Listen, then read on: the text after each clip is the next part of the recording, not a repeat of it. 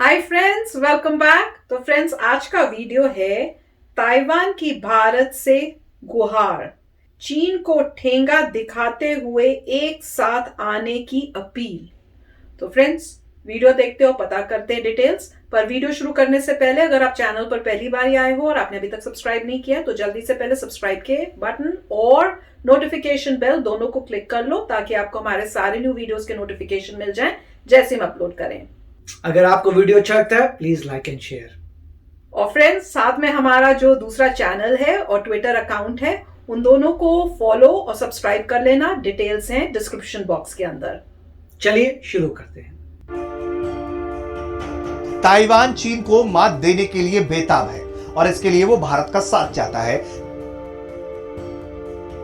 क्योंकि ये पूरी दुनिया ने देखा है कि गलवान से लेकर पैंगोंग तक भारत ने चीन को कैसे धोया। और अब यही वजह है कि ताइवान की मीडिया ने एक रिपोर्ट प्रकाशित करते हुए भारत का गुणगान किया और भारत को चीन के खिलाफ अपने जैसी सोच वाले ताइवान जैसे देशों की टीम तैयार करने की गुहार लगाई। दरअसल चीन लगातार ताइवान को युद्ध की धमकी देता रहा और इसी को लेकर ताइवान की मीडिया ने एक रिपोर्ट छापी जिसमें कहा गया कि एलएसी पर भारत ने चीन के घुसपैठ के प्रयास का उचित जवाब दिया। लेकिन मौजूदा वक्त में चीन के खिलाफ क्वाड यानी भारत, जापान, अमेरिका और ऑस्ट्रेलिया का समूह को मजबूत करने और अपने जैसी सोच वाले ताइवान जैसे देशों के साथ हाथ मिलाने की जरूरत बताई जा रही है। भारत ही नहीं, पिछले साल Taiwan, Japan, Indonesia, Malaysia, Nepal, दक्षिण कोरिया, भूटान और वियतनाम के साथ साथ कई दूसरे देश चीन की हवाई, समुद्री और भू सीमा घुसपैठ के शिकार हो रहे हैं और इसी वजह से भारत को इन सभी देशों के साथ चीन के खिलाफ गुट तैयार करना चाहिए, ऐसा सुझाव ताइवान की मीडिया ने दिया है। ताइपे टाइम्स में प्रकाशित Times for Taiwan India to team up लेख के मुताबिक चीन पिछले 10 साल से भारत और ताइवान के प्रति अपने रुख को और भी ज्यादा आक्रामक कर रहा है। मतलब चीन लगातार अपने गलत रवैये में बढ़ोतरी करता जा रहा है। इस लेख में आगे लिखा गया है कि गलवान घाटी झड़प को 10 महीने से ज्यादा हो गए और शांति वार्ता के कई दौर हो गए, लेकिन चीन तनाव घटाने में दिलचस्पी नहीं दिखाता।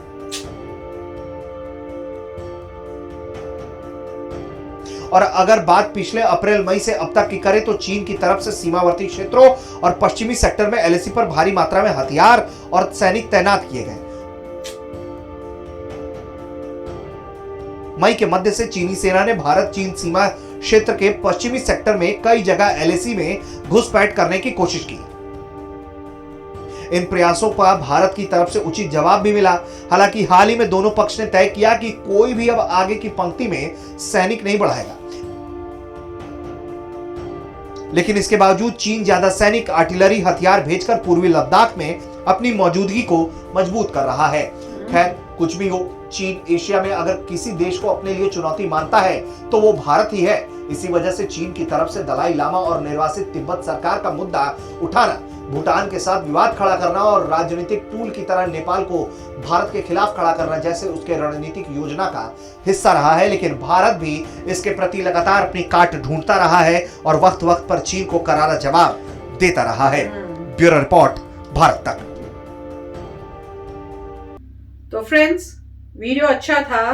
पता चल रहा है इससे कि उनको जो है ताइवान जो है हेल्प मांग रहा है इंडिया से, और जो न्यूज उनका जो है मीडिया, उसने ये लिख के थोड़ा सा बोला भी है। पर यही बात है कि भाई इंडिया को कह रहे हैं कि आप ये सब करो। अब मुझे ये नहीं समझ में आया, क्या वो नहीं कर पा रहे ये सब? क्या वो बाकी कंट्रीज को मिलाकर कोशिश नहीं कर सकते कि आप सब इकट्ठे हम लोग होके फिर चाइना के अगेंस्ट कुछ स्टेप्स लें? पर एनीवे, इससे यही पता चलता है इंडिया को लीडर माना जा रहा है एशिया का और एशिया के अराउंड रीजन्स का। तो इसीलिए वो कह रहे हैं कि इंडिया को कि आप इनिशिएटिव लो। तो उनको लग रहा है कि इंडिया जो है सुपर पावर बन रही है, तो इतनी स्ट्रांग है कि अगर वो इनिशिएटिव लेगी तो सारी कंट्रीज इकट्ठे आएंगी और कुछ एक्शन होगा। तो और मुझे काफी हैरानी हुई जब उन्होंने इतनी सारी कंट्रीज के नाम बोल के बोला कि इन सब के साथ चाइना का जो है कोई ना कोई प्रॉब्लम्स हो रही हैं। और हैरानी की बात है कि चाइना ने इतनी सारी एरियाज में कोई ना कोई प्रॉब्लम करके रखी भी है। समझ नहीं आ रहा। और जैसे बता रहे हैं कि इंडिया में तो कब से शुरू हो गया है, मतलब कह रहे हैं कि इतने महीने हो गए हैं पर कोई सोल्यूशन ही नहीं मिल रहा। टॉक्स भी हो रही हैं, सब हो रही हैं, बातचीत के बावजूद कुछ नहीं हो रहा। मुझे तो लग रहा है ये चाइना का कोई गेम है कि इंडिया को इंगेज इसमें रखो और कुछ और पीछे से कुछ और चल रहा है जो समझ नहीं आ रहा है या हो रहा है जो गवर्नमेंट को पता है। तो ये इंडिया को बिजी रखने की कोई टैक्टिक्स तो नहीं है और उसके बाद कुछ और करने की कोई पता नहीं है। पर डेफिनेटली इंडिया को जैसी लगेगा कि कोई एक्शंस लेने की अब जरूरत है, इंडिया पहले से रेडी होगा, प्लान्स बना के रखे हुए होंगे और हो सकता है कि बाकी कंट्रीज के साथ बातचीत शुरू भी हो चुकी हो, हमें ना पता हो, और जब टाइम आएगा इमीडिएटली जो होगा हमें न्यूज मिलेगी कि भाई ये हो गया है। तो अच्छा वीडियो था। इसमें अब ये पॉइंट देखने वाली बात है कि ताइवान एक छोटा सा आइलैंड है कंपेयर टू चाइना। ठीक है, आइलैंड इतना छोटा नहीं है मगर कंपेयर टू चाइना छोटा सा आइलैंड है, कंपेयर टू जापान भी छोटा आइलैंड है।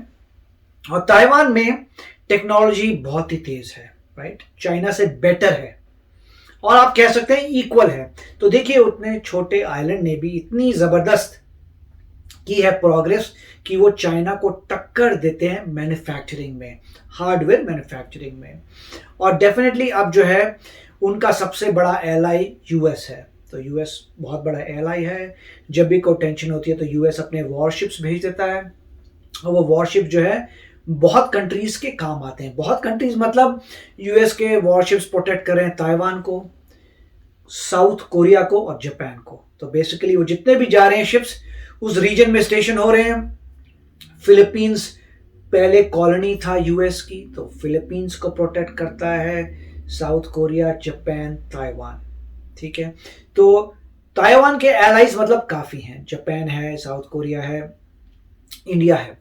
अब पॉइंट आता है वो इंडिया को इसलिए बुला रहे हैं क्योंकि इंडिया के ऑलरेडी प्रॉब्लम्स हो रहे हैं चाइना से। तो वो एक तरीके से कह रहे हैं देखिए आपके प्रॉब्लम है चाइना के, हमारे भी प्रॉब्लम है चाइना से, तो एक ही बात होगी कि हम दोनों मिलकर कुछ सॉल्व करने की कोशिश करते हैं। मगर ताइवान जो है कंपेरेटिव टू इंडिया छोटा है, कंपेयर टू चाइना छोटा है, पॉपुलेशन कम है, मिलिट्री फोर्स कम है, तो खुद तो कभी कुछ कर नहीं पाएगा, राइट। उसको एलाई चाहिए तो यूज कर रहा है यूएस को और इंडिया को, हेल्प मांग रहा है कि आप मदद करिए। और डेफिनेटली इंडिया भी कह रहा है श्योर आपकी मदद करेंगे और ताइवान भी मदद कर सकता है इंडिया की। अभी तक मुझे पता नहीं है कि ताइवान की जो मैन्युफैक्चरिंग कंपनीज है उन्होंने कितनी कंपनियां खोली हैं इंडिया में, राइट। अगर मान लीजिए अगर हेल्प करनी है तो दोनों तरफ से होनी चाहिए हेल्प। इसका मतलब है ताइवान की जो मैन्युफैक्चरिंग कंपनीज हैं लार्ज, उनको बोलना चाहिए चलिए हम जो है अपने मैन्युफैक्चरिंग सेंटर्स खोलते हैं इंडिया में मैन्युफैक्चर करते हैं, जिससे आपका भी इकोनॉमिकल बेनिफिट हो और आप एलाई बन जाए। बातों से तो एलाई बनते नहीं, कुछ का ट्रेड से ही एलाई बनते, तो उनको ट्रेड मेरे ख्याल से इंडिया से इंक्रीज करना पड़ेगा और फिर रिलेशनशिप आगे बढ़ेगी। और जब तक उनको पता है कि यूएसए उनके साथ है, मेरे ख्याल से उनको गारंटी है कि उन पे कब्जा चाइना नहीं कर पाएगा। और अगर चाइना कब्जा कर लेता है ताइवान पे तो इससे मैक्सिमम जो लॉस होगा यूएस को होगा, क्योंकि फिर लोग कहेंगे कि आप सुपर पावर नहीं हैं, आपके सामने से ताइवान को ले गया चाइना और आप कुछ भी नहीं कर पाए, राइट। और वही एक रीजन था जैसे हांगकांग था, तो ब्रिटिश ने हांगकांग दे दिया था चाइना को अंडर वन कंडीशन कि वो ऑटोनमस रहेगा। अब जो है ऑटोनमस नहीं हो रहा क्योंकि हांगकांग के लोग स्टूडेंट्स बोलने लगे हमें डेमोक्रेसी चाहिए, तो चाइना ने अपना पूरा उन पे अपने सारे लॉज लगा दिए हैं और जितनी भी हांगकांग की पावर है उसे ख़त्म कर दिया है। अब बोल रहे हैं कि और भी रिस्ट्रिक्शंस आएंगे, तो उससे क्या हुआ, सबसे पहले यूके को प्रॉब्लम हुई। यूके ने रिलेशन तोड़ दिया कि भाई हमने हांगकांग दिया था अंडर सम कंडीशंस, आपने नहीं किया। तो काफ़ी अच्छा वीडियो है। तो चलो फ्रेंड्स चलते हैं, मिलेंगे नेक्स्ट वीडियो में बहुत ही जल्द। Till then take care and bye bye. तो अगर आप मेरे इस चैनल पे नए हो तो जल्दी से सब्सक्राइब के बटन को हिट करो और बेल आइकन को क्लिक करो ताकि आपको मेरा जब नया वीडियो मैं लगाऊं आपको उसके बारे में जल्दी से पता चल जाए।